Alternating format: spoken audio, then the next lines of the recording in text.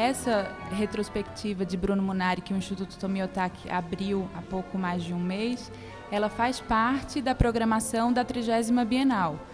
A exposição ela foi espalhada na cidade, em alguns espaços, e, de fato, nesse conjunto de trabalhos que estão expostos aqui nas 4 salas do térreo do Instituto, talvez dê para encontrar 5 artistas diferentes, ou momentos, ou estratégias.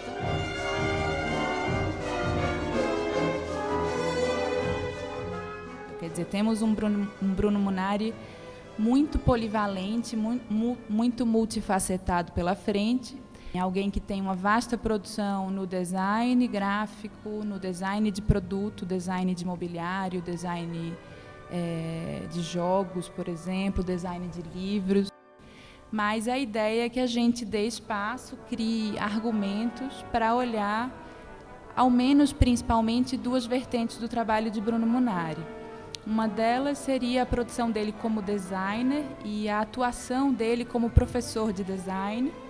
E a outra delas seria a atividade dele como criador de livros infantis.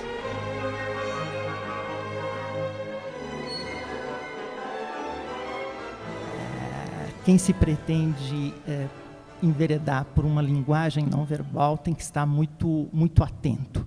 Da mesma forma que um poema se faz com palavras, no território que me é mais próximo, no território do design, a poética do design se faz com um pedaço de um perfil de alumínio.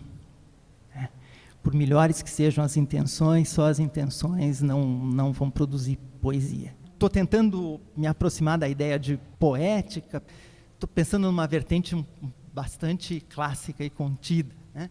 Pensando em particulares relações, correspondências de proporção, de coerência entre parte e o todo.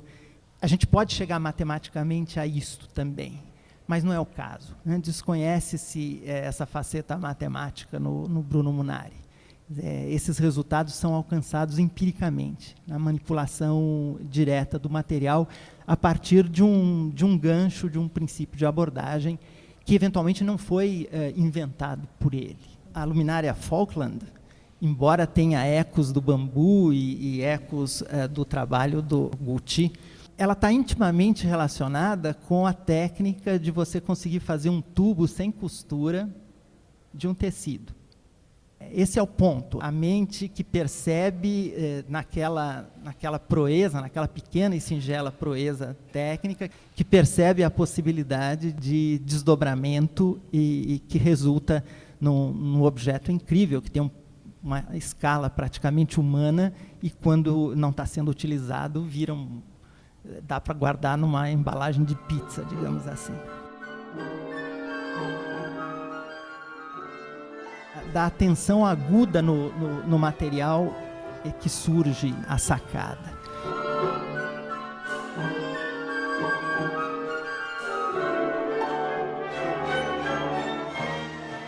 E a pessoa que trabalha geralmente com a ideia de construtivismo, de construção, seja na arte, seja na pedagogia, isso implica em um método.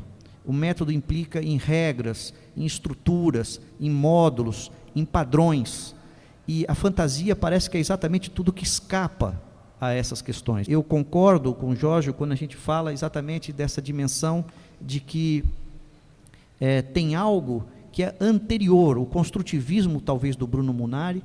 Eu acho, quer dizer, o que me chamou sempre a atenção nos livros, nas propostas que ele fez, é que parece que aquilo era o que ele chamou de pré-livro, é anterior ao livro. E para crianças que não queriam se alfabetizar, para crianças ainda que não eram alfabetizadas, para crianças que achavam desinteressante a leitura, a ideia dele era sensibilizar a criança pelo material utilizado no livro.